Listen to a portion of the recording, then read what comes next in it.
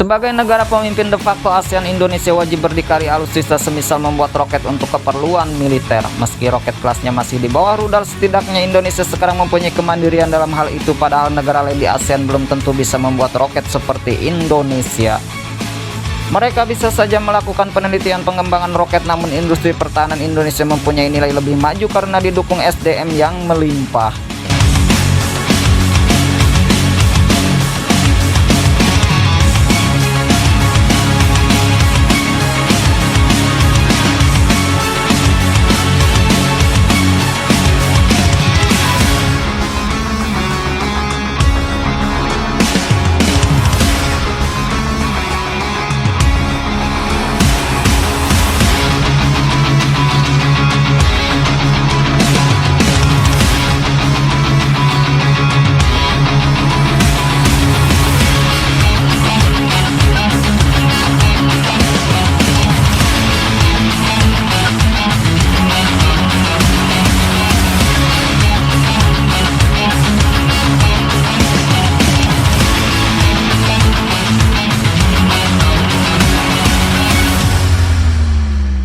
Membuat alutsista dan amunisinya merupakan dua hal yang berbeda. Semisalnya sekarang seorang prajurit militer Indonesia dipastikan akan menenteng senjata senapan serbu, entah itu SS-1 atau SS-2.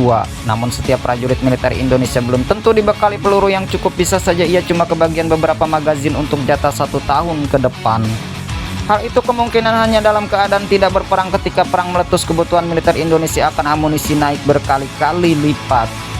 Padahal setiap tahunnya minimal 600 juta butir peluru kaliber 5,56 mm harus tersedia di gudang penyimpanan. Angka 600 juta jumlah normal untuk keadaan tidak berperang. Jika keadaan genting, Indonesia mesti punya 5 miliar butir amunisi 5,56 mm baik kebutuhan operasional sekaligus cadangan.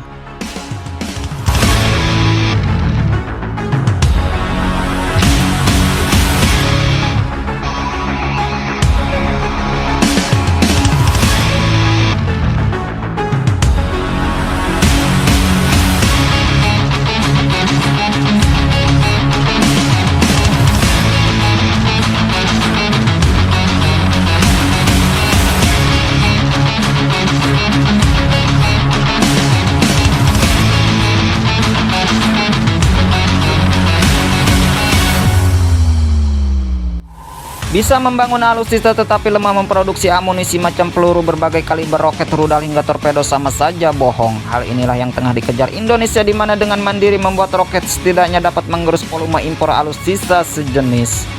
Erhan 122B misalnya, ia merupakan roket karya anak bangsa yang menjadi salah satu bukti usaha kemandirian Indonesia. Erhan 122B belakangan akan masuk ke lini produksi massal. Hal ini dicapai setelah usaha bertahun-tahun dari tim peneliti hingga mendapatkan lisensi layak operasional. Erhan 122B sudah mengantongi 7 lisensi pengembangannya lebih dari 1 dekade untuk sampai ke tahap ini. Jadi ini mungkin merupakan salah satu contoh baik seri sukses story kegiatan hampir 10 tahun. Saya kira memang riset seperti itu sebuah prestasi yang membanggakan, dan itu berhasil dari Erhan 122 kemudian berlanjut masuk ke yang 122B dan sudah memenuhi apa yang dipersyaratkan dengan performa yang cukup baik.